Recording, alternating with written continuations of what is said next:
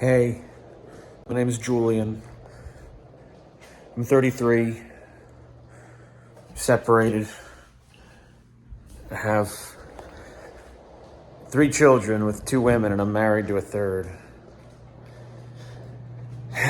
Filed bankruptcy for the second time this year, trying to keep my house.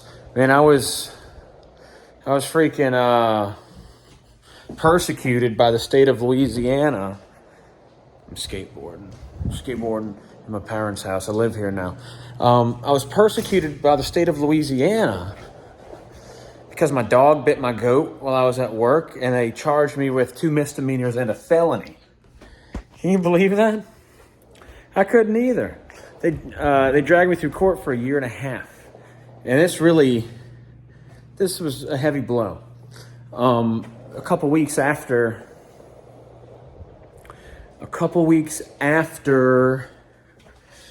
I was arrested, the mother of my sons left me when we'd been together for almost 8 years. She had been somehow tolerating the alcoholism and the anger. She was doing some heavy coping, but she didn't tolerate it anymore when I showed her that I was still cross-dressing, and she left me. I had started doing it again for the first time in 5 years. But I had become an alcoholic, and I was repossessed by my trauma.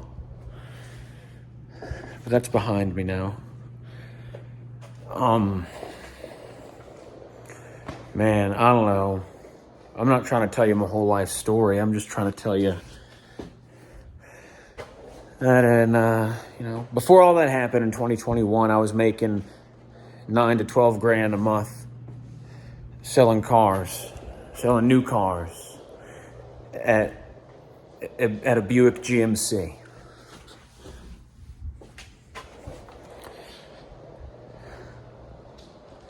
I bought a house and I bought a couple of automobiles.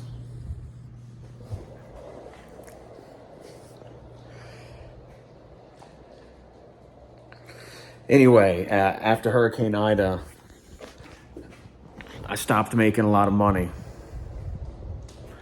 And I didn't save any money.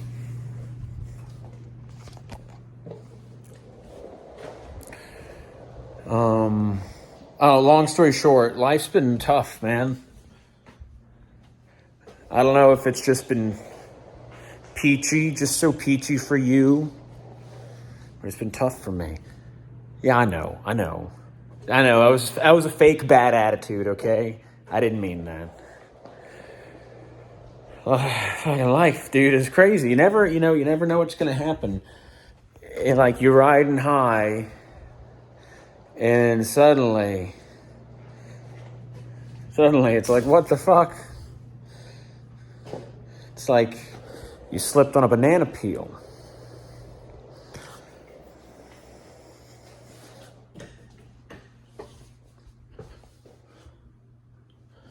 Perdón? Anyway, man, my brother killed himself on February 10th. He was born in March 24th. He was going to be 28 years old. He shot himself in his heart with my dad's gun. A few months later, my wife left me. She and her family betrayed me.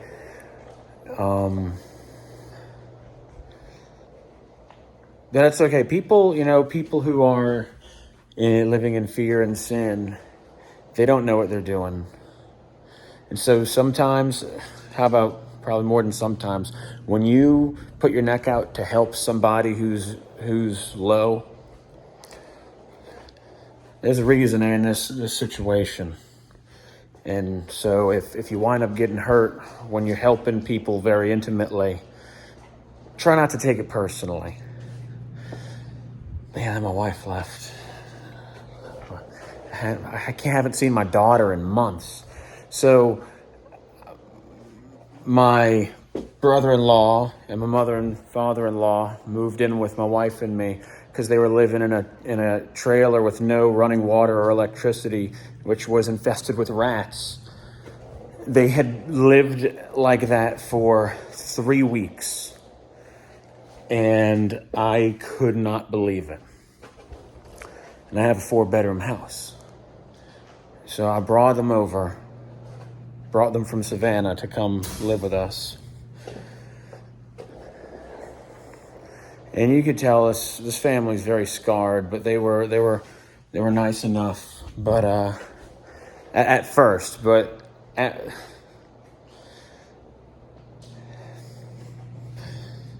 the brother-in-law, who I like a lot, was very disrespectful. He wouldn't take his shoes off in my house. I said, my wife cleans the floor multiple times a day. Please take your shoes off. He worked in a kitchen.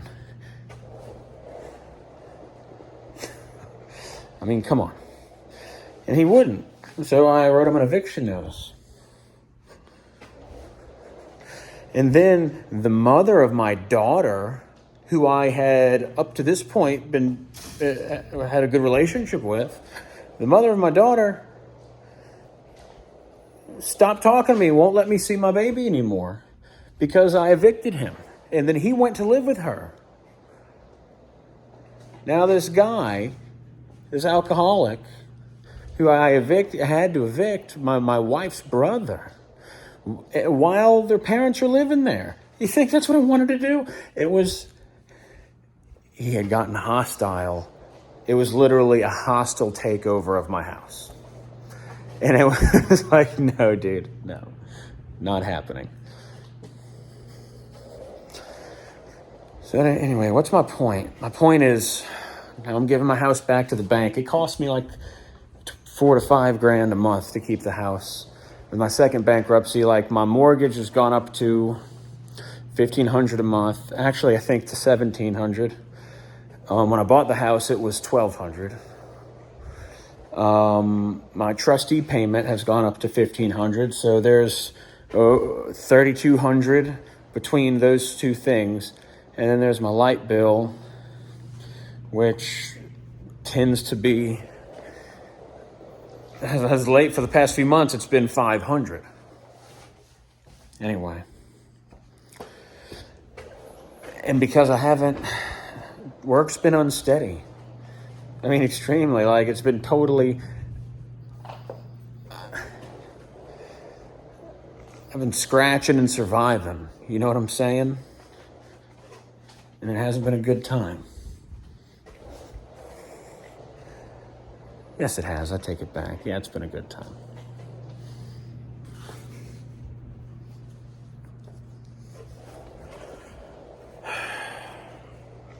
I couldn't pay my child support. I almost went to jail for 3 months. Judge said, you broke son of a bitch. If you don't give this woman $3,500 in the next 14 days, you're going to jail for 3 months. And I said, I don't agree. And then she said in a disagreement hearing. And because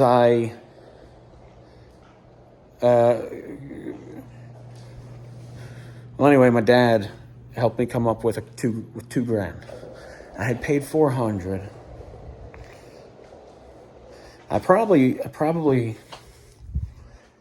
don't know. I hate money. I have an unstable work relationship with my dad.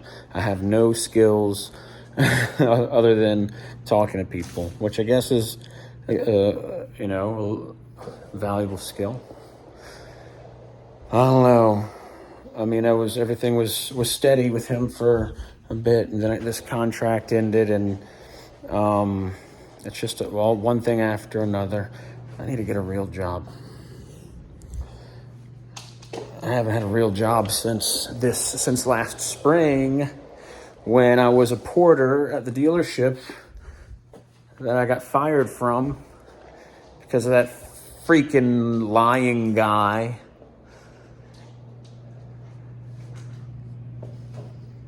But the reason I'm telling you all this stuff is because I feel good. I know that I've had to go through all of these things to become the man that I'm destined to be, that God has made me to be. And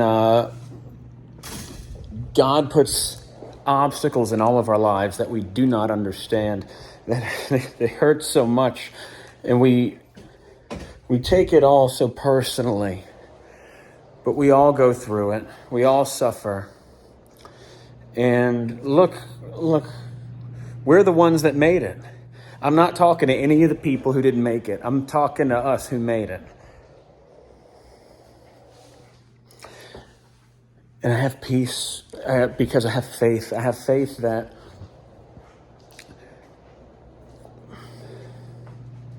I'm not supposed to be in the 4-bedroom house on the bayou. That's what I wanted for myself. And for whatever reason, I guess because it worked to hit, it was a part of his plan. He allowed me to have what I wanted. But right now I'm experiencing what he wants, and he's turning me into something, and he's putting me among certain